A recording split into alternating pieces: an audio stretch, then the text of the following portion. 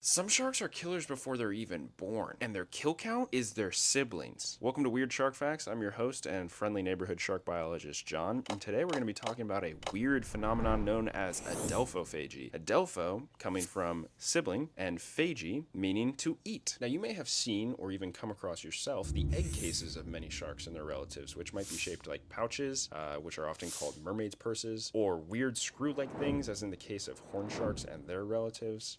And during development of those embryos, they are nourished via, as you can probably guess, a yolk sac. But many other shark species participate in what's called viviparity, or live birth. And so, in order to do live birth, these shark species have a uterus or multiple uteri, which is why adelphophagy is often called intrauterine cannibalism, or cannibalism that happens within the uterus. Now, live-bearing sharks have evolved different ways to nourish their developing embryos in the uterus during gestation, and one of those ways is known as placental viviparity, or placental live birth. And in much the same way as you or I were nourished from our mother through the placenta via the umbilical cord connection, there are many sharks that have that exact same setup where the embryo is directly connected to the mother via a placenta and umbilical cord. But other species do not have that luxury of the direct mother to embryo connection and have had to come up with other ways. Now, in these non-placental live-bearing species, which we call aplacental viviparous,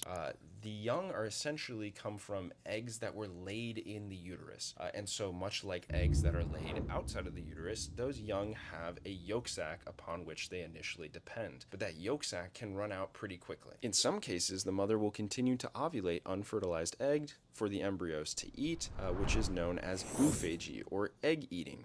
But in the case of the sand tiger shark, also known as the gray nurse shark, Carcharias taurus, the young have to turn on each other, and it is the more developed, healthier, older young that eat the smaller, less developed, weaker young as their form of nourishment. You see, some sharks also exhibit what's called serial fertilization and sperm storage. So the female, the mother, will store sperm up from the male that she will then use to serially fertilize eggs as she ovulates. And so these young in these uteri can be at different developmental stages, and so the older and the more developed young is going to have the advantage in the fight here. And as if shark umbilical cords, which yes means shark belly buttons, and shark sibling cannibalism weren't weird enough as is, there's a third and even stranger way that mothers nourish their developing embryos, so make sure to follow for more.